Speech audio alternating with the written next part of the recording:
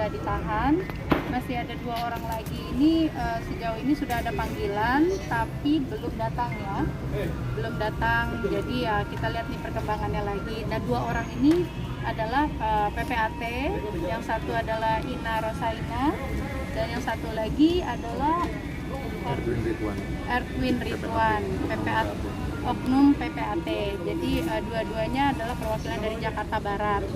Jadi ya kita nunggu lagi prosesnya, dan besok juga kita akan ada preskon lagi ya. Besok kita juga akan ada bersama Polda karena jamnya nanti kita kabarin lagi. Tapi yang pasti untuk kasus mafia tanah ini memang jadi perhatian khusus buat semuanya, khususnya sekarang ini gitu. Jadi ya mudah-mudahan ini menjadi pembelajaran, dan yang pastinya sekali lagi mohon dikawal semuanya, dan yang pasti untuk semuanya juga yang memiliki yang memiliki masalah yang sama juga mungkin bisa waktunya sekarang bersuara, apalagi mungkin mengenai orang-orang yang sudah saya sebutkan. Salah satunya adalah Farida, itu PPAT atau notaris dari Tangerang, Riri Kasmita, terus suaminya Edrianto, Ina Rosaina, dan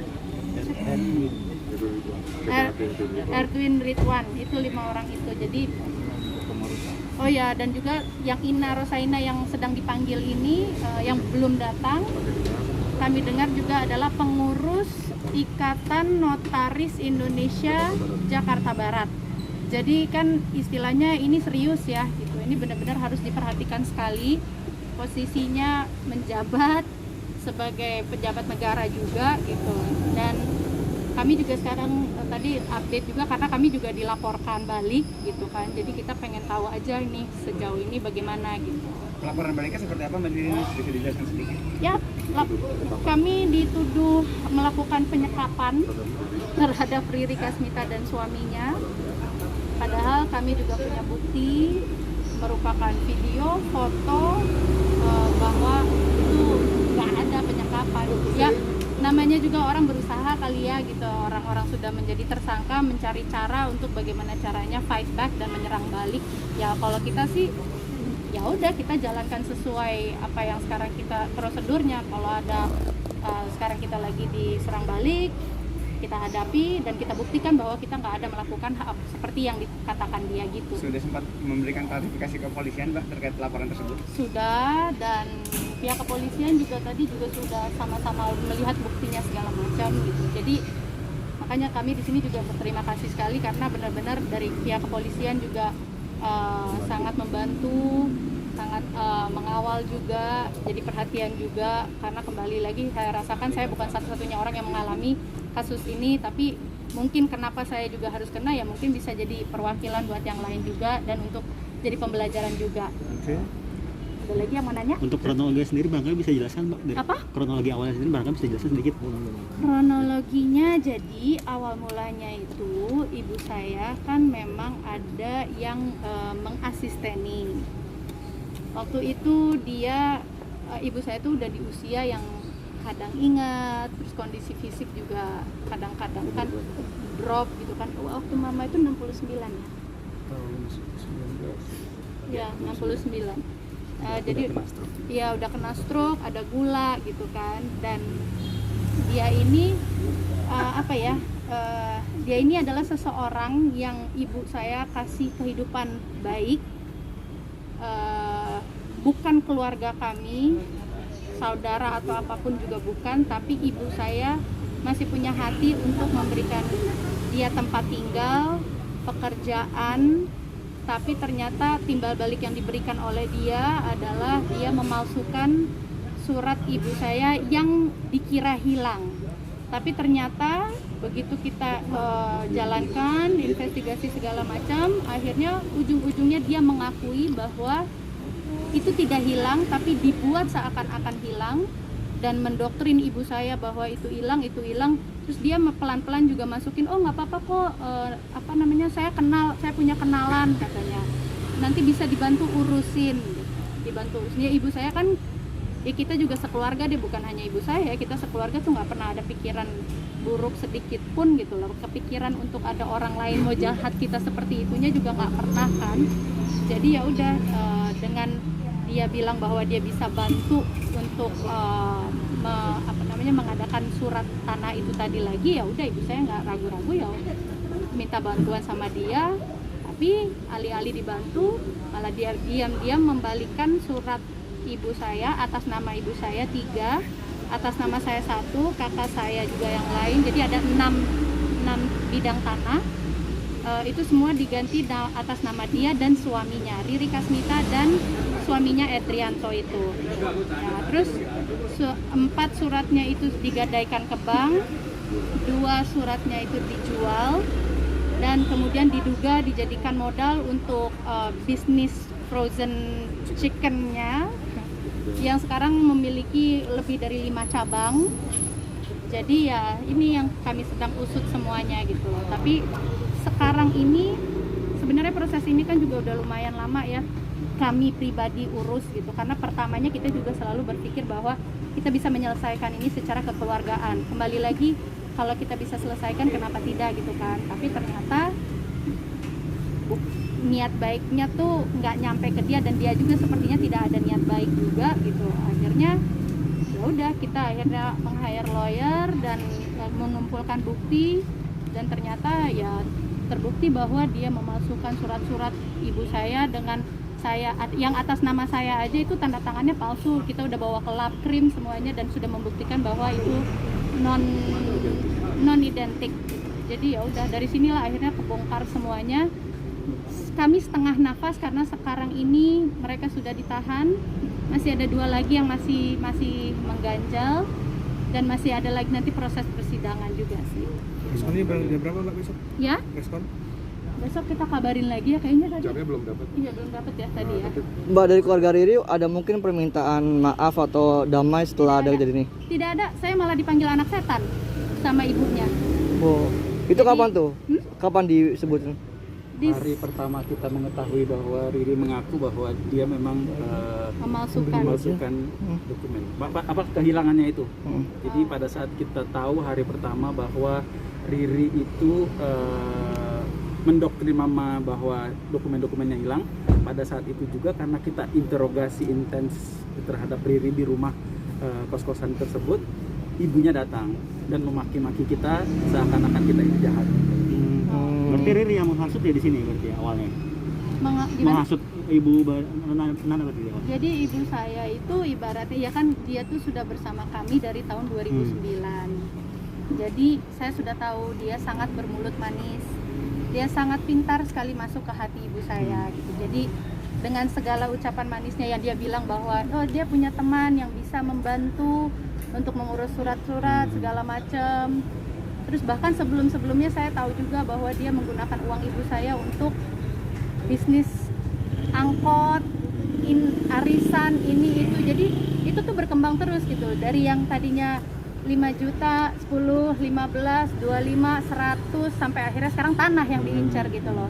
Jadi dari dianya sendiri juga ya semoga ini pembelajaran juga, maksudnya udah dari Tuhan juga ya, akhirnya kita tahu gitu, karena sekalipun kita nggak pernah ada pikiran tidak baik gitu terhadap dia gitu. Jadi ya kembali lagi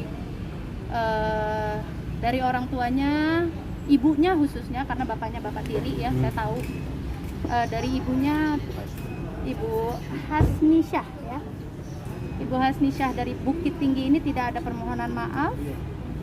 Bahkan kami sekeluarga dimaki-maki dan dihasut ke satu komplek bahwa kami dibilangin sebagai anak yang tidak tahu diri, apalah segala macam sebutannya gitu. Tapi buat saya udahlah, itu udah bukan ya, ibu mana pasti akan melindungi anaknya, mencoba melindungi anaknya. Tapi sayang aja yang dilindungi anaknya ini sudah menjadi tersangka dan sekarang sudah ditangkap, sudah ditahan. Kalau dari Ririnya sendiri ada permintaan maaf mungkin dari Riri dan suaminya? Belum berhubungan saya. Saya baru dapat. Tidak ada permintaan maaf. Oh, tidak ada. Oh, belum ada. Sampai di interogasi terakhir katanya tadi kami juga baru dapat update, masih ketawa-tawa. Jadi kita cuman bisa mengelus dada dan menginginkan hukuman yang seberat-beratnya, karena kembali lagi sakit hati saya itu kepada mereka. Kalau orang bilang ya udah nah ikhlasin, ini bukan masalah materinya, tapi lebih kepada saya tahu betapa ibu saya berjuang keras mendapatkan apa yang telah didapatkan ini. Terus kemudian juga kepikiran sampai akhirnya ibu saya meninggal dalam tidurnya dengan surat-surat yang di catatan-catatan di samping tempat tidurnya, yang akhirnya kita ketemui bahwa ternyata ibu saya tuh punya pikiran banyak sekali gitu. Termasuk salah satunya adalah surat sedang diurus sama Riri, kapan selesainya, ini udah lama banget. Ini nanti pelan-pelan saya juga akan keluarkan di story juga ya, mungkin di Instagram untuk supaya teman-teman juga akan melihat gitu, karena ini bukan cuma sekedar kecapan aja, tapi ini benar-benar bukti yang sudah konkret.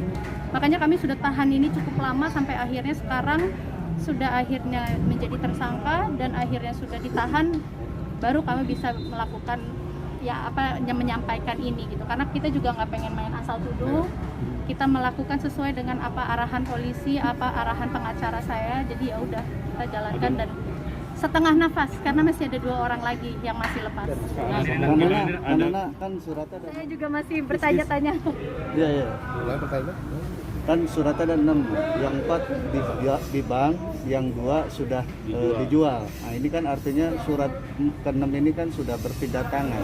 Bahkan perubahan nama pun jelas berubah juga. Dalam hal mengurus ini gimana prosesnya? Nanti kita berharap nantinya jika sampai nanti perkara di pengadilan vonis terbukti semua, nanti berdasarkan putusan pengadilan itulah kita kembalikan keadaan seperti semula. Jadi berdasarkan putusan pengadilan pidana nanti. Berarti masih ada Ya? Kena pasal berapa? Nah, pasal berapa? Pasalnya pemalsuan surat 263, 264, 266 KUH pidana. Ancaman maksimal 7 tahun penjara, sama kita laporin pencucian uang. Karena diduga uang hasil menjual, menjaminkan tanah milik keluarga Nirina digunakan untuk bisnis ayam frozen. Ya kami menduga ada pencucian uang di situ. Dan kami sudah sampaikan pada penyidik. Kerugiannya sendiri? Dari 6 tanah itu kerugiannya berapa? Sebenarnya saya ini ya, saya tuh tahu sendiri lah teman-teman, saya tuh nggak pernah ngehumbar angka ya. Cuman ya ini ya boleh deh, nggak apa-apa saya ungkapin, tapi ini kurang lebihnya adalah 17 miliar yang Di Jakarta. di Jakarta. Ada lagi. Masih ada lagi. Tadi belum kita laporkan. Bahkan yang bisnis-bisnis sebelumnya yang uang ibu saya ada nota-notanya bahwa dipinjamkan, diarisankan, dijadiin modal untuk orang, itu belum termasuk. Jadi 17 M itu kurang lebihnya, dan saya sakit hati dan marahnya itu karena saya tahu ibu saya tuh orangnya sederhana sekali. Jadi saya kesel karena ibu saya belum pernah menikmati uangnya sendiri, tapi yang menikmati orang lain. Dia beli mobil baru, dia jalan-jalan ke luar negeri, dia modalin adeknya kuliah di Malaysia dengan ya itu tadi, dengan uang yang diduga adalah hasil dari penjualan tanah dan segala usahanya dia gitu loh. Jadi inilah yang saya makanya minta sama lawyer saya gitu. Saya bilang, Ben, gimana caranya, yuk kita kawal banget please gitu. Kita selesaikan ini supaya ini hal-hal seperti ini tuh tidak terjadi sama orang lain juga gitu. Karena saya sakit banget karena ibu saya tahu meninggalnya jadi nggak tenang gitu. Dan saya pengen diusut semua seadil-adilnya, setuntas-tuntasnya, seberat-beratnya, sehingga keluarga kami juga bisa tenang. Kakak saya juga semuanya juga nggak ada yang bisa tenang karena kita semua mikirin urusan keluarga ini gitu. Jadi itu aja sih. Berarti nggak membuka pintu damai nih Mbak Nirina? Kenapa? Nggak akan membuka pintu damai nih kalau dia mau berdamai? Ya nggak tahu ya, sementara saya juga nggak yakin kalau dia bisa ngebalikin sih gitu loh. Saya juga nggak tahu karena nggak lah, bukan masalah enggaknya sih gitu. Tapi sampai detik ini dia nggak ada minta maaf. Iya. Mau gimana kita maafin juga gitu.